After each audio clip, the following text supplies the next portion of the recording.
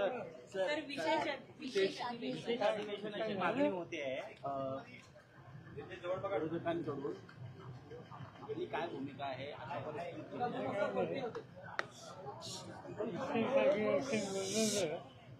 माझा काही विरोध नाही, पण जो इश्यू आहे त्याचं डिस्कशन डेप्थ करतात. डेप्थ डिस्कशन ओपन डिस्कशन कधी असू शकत नाही. आता याच्या आधी एक दोनदा इन्सिडेंट झाले. एक दोनदा इन्सिडेंट झाल्याच्या नंतर डिफेन्स मिनिस्टरनी मला आणि काही लोकांना बोलवलं.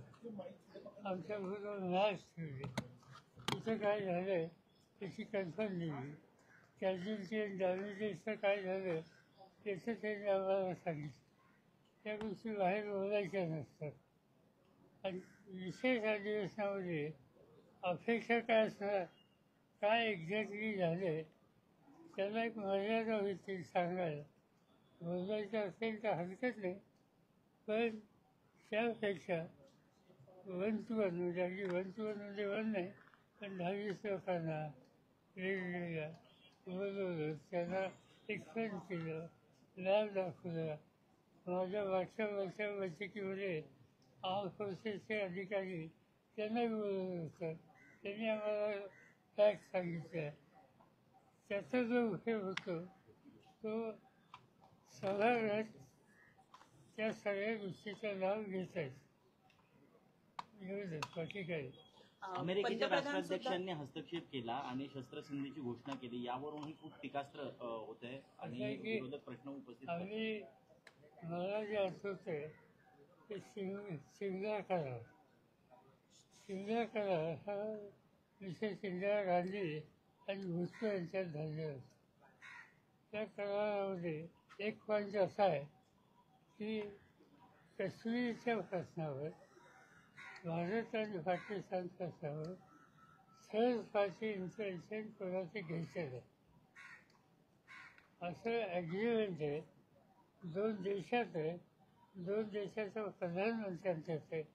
असं असताना अमेरिकेची मदत घ्यायची काय आवश्यकता होती असा प्रश्न कुणी विचारला तर केंद्राला त्याचं उत्तर द्यावं लागतं. आज पंतप्रधान सुद्धा देशाला संबोधित करतील. आज पंतप्रधान, त्यामध्ये या गोष्टींचा उलगडा होऊ शकेल असं वाटतं का आपल्याला? त्याचं भाषण ऐकूया, तुम्ही ऐका, मी ऐकलं नंतर. पवार साहेब, हिंदी एक मराठी की 2 देशांची मध्ये युद्धजन्य परिस्थिती असताना तिसऱ्याच राष्ट्राचा प्रमुख ट्विटरच्या माध्यमातून जाहीर करतो, त्याच्यावरती टीका होते आपल्या भारताकडून तर पाकिस्तानकडनं अशा पद्धतीने जाहीर होणं आधी गरजेचं होतं का? नक्की प्रक्रिया काय झाली असेल? मगाशी शिमला ॲग्रीमेंटचं उदाहरण जे सांगितलं ते काय सांगतं? आमचा विषय आम्ही बसून सोडलो. तिसऱ्या नाव घालायचं काय म्हणलं, पण आम्ही स्पेशल दिली तर ते का सोडलं? हिंदी में एक बात जानना चाहेंगे कि जिस प्रकार तनावपूर्ण वातावरण है और प्रेसिडेंट ट्रंप के जो इंटरवेंशन के ऊपर सवाल उठाए जा रहे हैं और विशेष सत्र बुलाया जाए, ये मांग की जा रही है। बात ऐसे यहाँ से विशेष सत्र पार्लियामेंट का हम तो इसके खिलाफ नहीं, मगर ये सेंसिटिव इशू है। इस बारे में डेप्थ डिस्कशन, सीरियस इशू है, तो सदन में देना मुश्किल होता है। मिनिस्टर को भी सब डिस्कस करना इतना आसान नहीं, ये फायदे की बात नहीं है।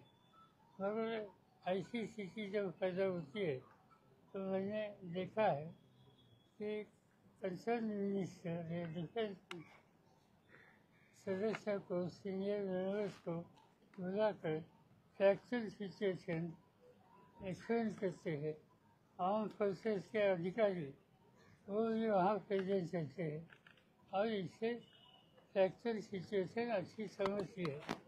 मगर इसमें कुछ बातें ऐसी होती है कि वो कॉन्फिडेंशियल रखने की आवश्यकता होती है नेशनल इंटरेस्ट के लिए।